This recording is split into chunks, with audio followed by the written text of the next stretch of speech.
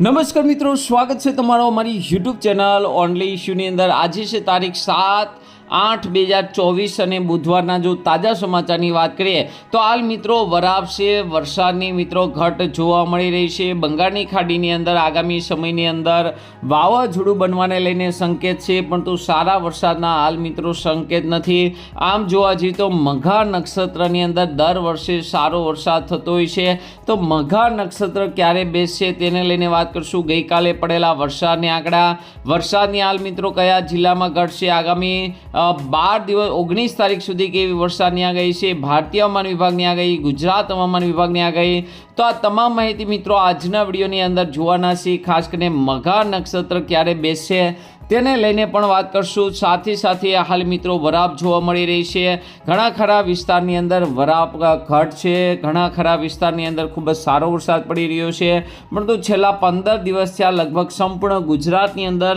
દક્ષિણ ગુજરાતને બાદ કરતાં લગભગ તમામ વિસ્તારોની અંદર વરસાદની ઘટ છે। આમ જોવા જઈએ મઘા નક્ષત્રની જો વાત કરી લેવી પહેલાં તો મિત્રો 16 તારીખની આસપાસ મઘા નક્ષત્ર બેસશે, પરંતુ વાહન છે મિત્રો શિયાળ, અને ખાસ કરીને શિયાળ છે એને વરસાદ મિત્રો ખૂબ જ ગમતો નથી, એટલે કે વાહન સાથેની જો વાત કરીએ તો આ નક્ષત્ર પણ મિત્રો કંઈ સારો વરસાદ લાવે તેવા સંકેતો નથી। તો આજના વિડીયોમાં આપણે મિત્રો આગામી ઓગસ્ટ મહિનાના એન્ડ સુધી કેવું વાતાવરણ રહેશે, વરસાદની ક્યાં ક્યાં ઘટશે તેને લઈને વાત કરશું। તો આ વિડીયોને અંત સુધી જોજો, તેમજ અમારી યુટ્યુબ ચેનલ ઓનલી ઇશ્યુ પર આપ નવા હો તો ચેનલને સબસ્ક્રાઈબ કરી દેજો, તેમજ મિત્રો આ વિડીયોને લાઇક કરી દેજો, તેમજ અમારું ફેસબુકની અંદર ઓનલી ગુજરાત વરસાદના સમાચાર આ ફેસબુક પેજ છે એને હજુ સુધી ફોલો ન કર્યું તો જરૂરથી ફોલો કરી દેજો। ગઈકાલે પણ મિત્રો અહીંયા તમે જોઈ શકો ખાસ વરસાદ ન જોવા મળ્યો। તાપીના નિઝરની અંદર સૌથી વધુ 17 mm એટલે કે 0.5 ઇંચ સુધીનો વરસાદ, આ સિવાય વડોદરાના શિનોરની અંદર પણ તમે જોઈ શકો 15 mm એટલે કે ખાસ કરીને અડધા કરતાં થોડોક, આણંદના આંકલાવમાં, આમ સિવાય ભરૂચના વાગડાની અંદર પણ અડધો ઇંચ। આમ જોવા જઈએ તો મિત્રો ખાસ કરીને 4 થી 5 તાલુકા એવા છે જેની અંદર અડધો ઇંચ સુધીનો વરસાદ જોવા મળ્યો। બાકી મિત્રો 102 તાલુકા એવા છે જેની અંદર માત્ર વરસાદી સારા રેડા ઝાપટા જોવા મળ્યા છે। વરસાદની મિત્રો ખાસ કરીને 6 તારીખ સુધીના ડેટાની અંદર વાત કરીએ તો સુરેન્દ્રનગરની અંદર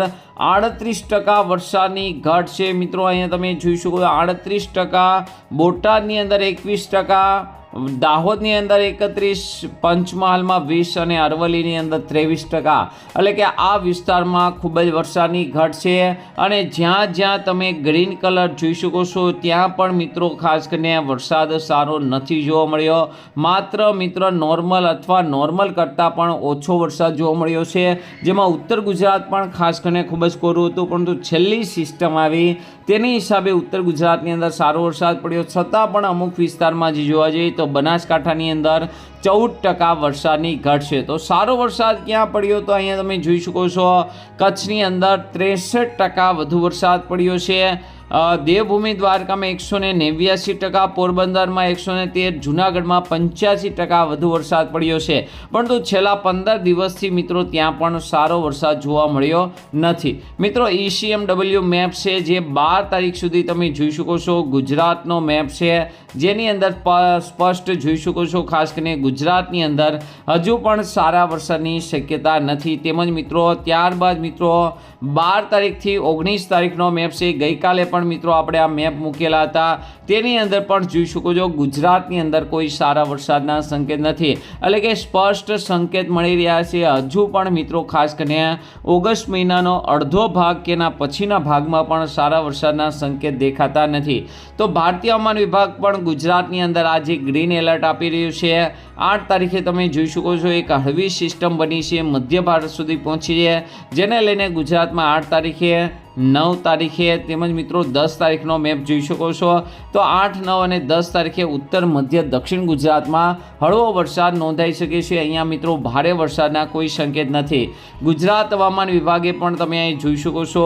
ઉત્તર ગુજરાત, મધ્ય ગુજરાત, દક્ષિણ ગુજરાતમાં એકદમ હળવા વરસાદની આગાહી કરી છે, જ્યારે કચ્છ અને સૌરાષ્ટ્રમાં તો માત્ર અમુક સ્થળોએ જ મિત્રો ગાજવીજ સાથે હળવોથી મધ્યમ વરસાદ જોવા મળશે।